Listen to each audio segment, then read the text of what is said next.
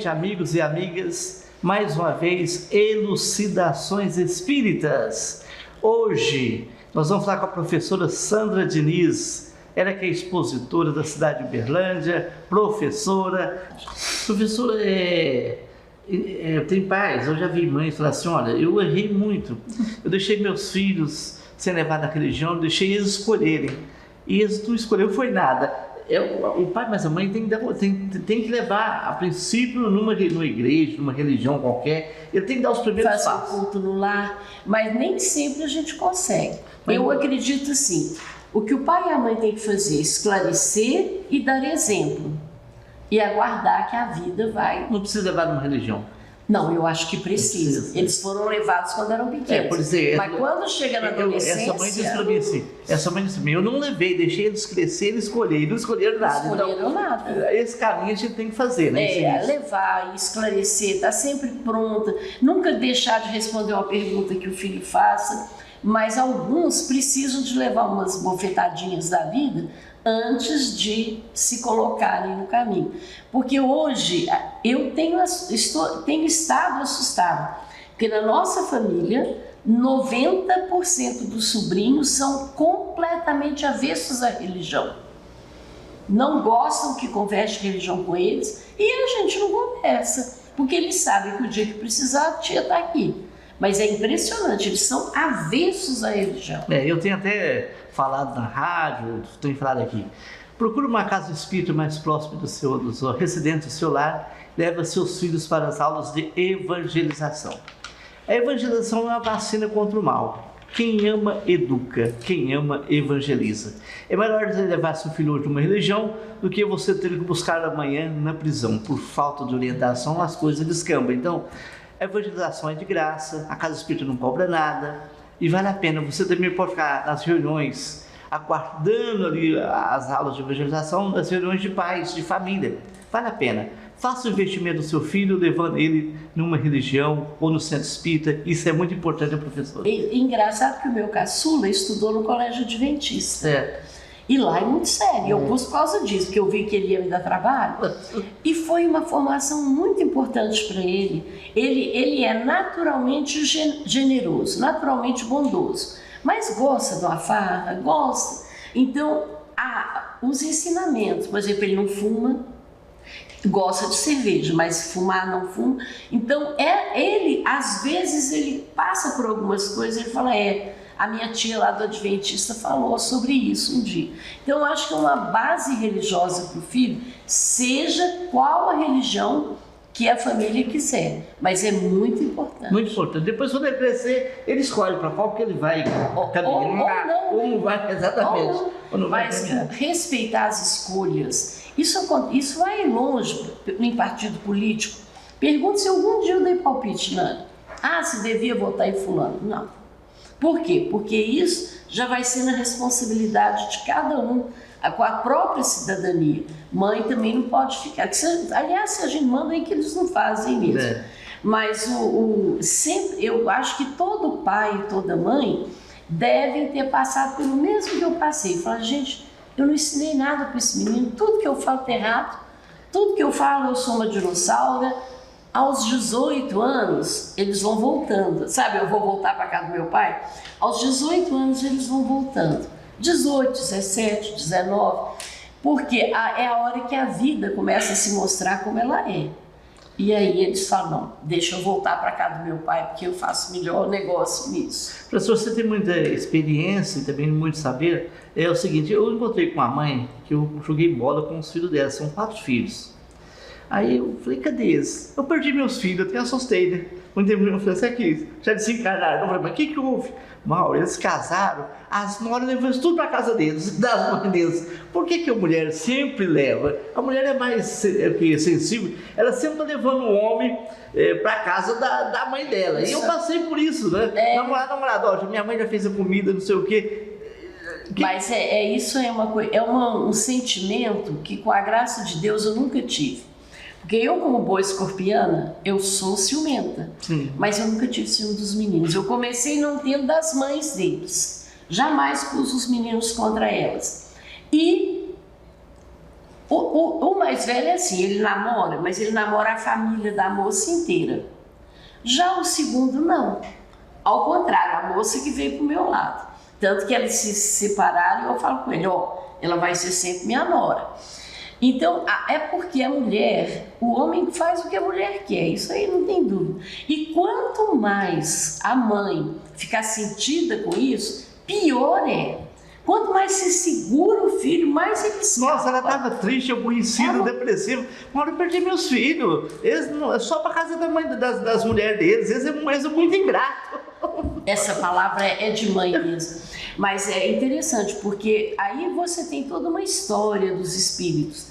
A nora, você pode ter uma dívida com a nora, ou ela com você. Então a melhor coisa, ame a sua nora, porque o remedinho que ela dá pro seu filho, você não pode dar. Eu falo muito isso para as minhas amigas. Então o amor que o filho tem pela gente é diferente do amor que ele tem pela esposa. E tem que ser assim, porque também um filho casado debaixo da saia da mãe ia dar problema.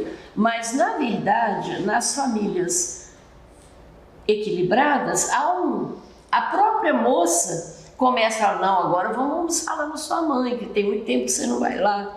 Então, tem que fazer o meio de campo. Tem que fazer o meio de campo. E o melhor, a gente que é a sogra tem que recolher-se e esperar. E olha como eu sou sortuda. O meu filho mais velho é bombeiro, trabalha um dia assim, 3 não, os 3 não, ele almoça lá em casa. Né? Então, eu nunca falei, é porque você não vem aqui. O outro todo domingo almoça lá em casa e o Douglas, o caçula, ainda está comigo. Mas eu não fico assim, mas você prometeu que ia fazer isso para mim e não fez. Não, dá certo na hora certa. E esse pai é muito sábio, esse muito, pai do né? filho pródigo. Isso é um ensinamento profundo que deixou para nós, né? Jesus usou uma parábola, usou uma... Jesus é um professor de primeira. Uma estratégia que ele tinha para deixar para nós. E outra coisa assim que a gente percebe também é que você pode até falar para nós, dentro do assunto, eu já vi até tive várias aulas sobre isso, que a mulher não pode gostar também mais do filho que do marido. Você confirma isso? Que ela gosta mais dos filhos, que o marido perde o marido. Sou pecadora. Isso. Acontece isso. Acabou de mostrar uma pecadora. Porque é engraçado, Maurinho. Que o filho nasce, a mulher pega o filho e esquece o marido. Eu tive que escolher. Vai dar batida, né? Eu tive que escolher. E eu escolhi os filhos. Ele perdeu o marido. Claro, a escolha estava feita. Mas é interessante. Sabe aquele primeiro mandamento? Eu tinha uma dificuldade com aquele primeiro mandamento. Amai a Deus sobre todas as coisas. Que eu falava, gente, eu me recuso a falar sobre isso no centro, porque como eu vou amar a Deus mais do que eu amo os meus filhos? E eu tinha uma implicância com aquele primeiro mandamento. Até que eu perdi o meu filho primeiro que morreu. No momento que meu filho desencarnou, eu não gritei, não xinguei, não chorei, chorei, mas não me revoltei, e eu pensava, ele é de Deus, Deus permitiu que ele ficasse esse tempo comigo, me desse tanta alegria e pediu de volta. Aí eu entendi que eu estava amando a Deus mais do que o meu filho. Porque eu não podia querer ficar com ele para mim. Então a gente cria os filhos para o mundo, para a vida. E o nosso papel depois que eles crescem é continuar ajudando naquilo que a gente pode, sabe? Porque no fundo a gente tem que amar mais a Deus. Depois amar a si mesmo, depois o marido e os filhos juntos. Mas normalmente quando o pai tem ciúme dos filhos, o casamento não vai para frente. Geralmente eu vi que, participando de grupo, a mulher nasce o primeiro filho, ela fica em cima do filho e esquece que tem que dar atenção. E o marido fica com ciúme. Enfim, perde, porque ele começa a ficar meio perdido, né? É umas coisas que a família, nós estamos falando agora para o mundo, precisa entender, né? O primeiro filho, a mulher apaixona demais pelo filho e esquece. E depois o segundo, e depois o terceiro. O amor de mãe é uma coisa muito O cara falou pra mim, Mauro, o que você me fala disso? Minha mulher falou assim, você não percebe que eu vivo pra minha filha, Mauro? Me abandonou. Eu falava, o que eu faço com ela? Eu falei, não, dá um pouco de atenção, que pra gente vem isso muito. Mas é interessante, isso é uma colocação que muitos maridos reclamam, mas nós temos que pensar que as famílias, elas são para casa, para a nossa vida. Professor, cada um de nós tem uma ligação. Aqui está muito gostoso, você é uma enciclopédia, né? Essa que a gente fala que a sogra é difícil, a sogra é problemática, eu não tive esse problema, mas muito tem essa dificuldade. Eu espero que as meninas não falem isso. Porque eu tenho dificuldade com minha sogra sempre me amava, me adorava. Agora, por que tem essa colocação de a sogra é difícil? A questão do ciúme lá. Veja, a mãe, a louca pelo filho, igual eu sou louca pelos meus, é o centro da vida dos filhos. Aí o filho arranja uma namorada, noiva, casa e some. A mãe fica com ciúme, mas você não pode ter ciúme Ao contrário, a gente tem que ser grata por haver aquela mulher que ama nosso filho. Porque eu já estou quase indo embora, eu já estou nos finalmente da encarnação. Então, eu vou ficar muito feliz de saber que o Fabrício tem a Rafa, que gosta demais dele, que o Kiko vai arrumar alguém. E a minha preocupação é o Cris. Né? Eu falo assim, eu não posso ter ciúme. Existem sogras difíceis e eu conheço muitas. E eu posso ser uma sogra difícil também, estar com autocrítica estragada. A dificuldade delas, porque elas querem que a nora seja igual a elas. Ou assim, o filho é tão exigente com a mãe e aceita tanta coisa da nora. Mas é normal isso. Sabe? Então. Porque tinha um cara que casou e falou assim: Maura, meu filho é engraçado. Ficou muitos anos fora, chegou, a minha nora foi perguntar: o que você fazia? Tudo ele fala que a comida sua era boa. Eu falei assim: ele é falso, porque a da minha também reclamava. Ele estava fazendo médico. Mas isso são coisas assim que a mãe espírita ela tem que ter muito mais cuidado. Por quê? Porque aquele espírito veio para fazer o seu filho, para ser companheira de seu filho. E ali na Bíblia fala, né? O homem deixará seu pai, sua mãe e se unirá à sua mulher. Espero que ele se una sem precisar deixar. Mas os pais, lembrando de novo, meu filho amado, tu estás sempre comigo. Então isso é um pensamento que a mãe espírita tem que ter. Será que ela queria o filho solteirão dentro de casa? Tem coisa mais chata do que... Um homem já é difícil, mas um homem solteiro... E tem esposo que fala, vai morar comigo com a sua mãe. Vai, pelo amor de Deus. Então, é verdade isso. Nós temos que pensar, o que é uma família... Isso falta o quê? De organização antes, assim? Falta de autocrítica e de bom senso. Porque existe também o pai que tem ciúme do genro. É o pai que quer ser dono da filha, a mãe que quer ser dono da filha. Mesma coisa. Então, na hora que esses sentimentos ruins aparecem, é hora da pessoa se perguntar, mas espera aí, eu estou agindo certo? Aquela pergunta clássica, como é que Jesus agiria nessa situação? Porque toda vez que você tiver difícil de tomar uma decisão, você pergunta, o que Jesus faria nessa situação? Parece que abre uma luz, né?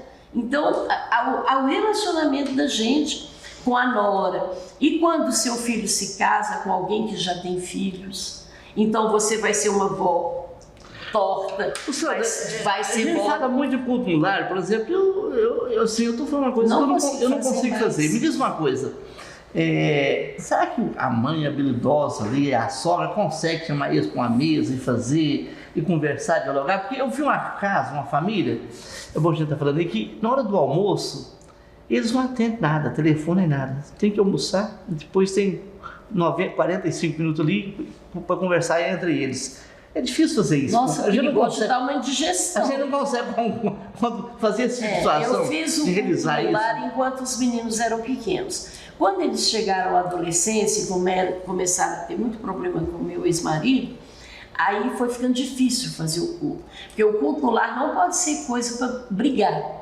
para lavar roupa suja. Não é a hora, né? Agora, eu acredito que quem é mais maduro cede primeiro.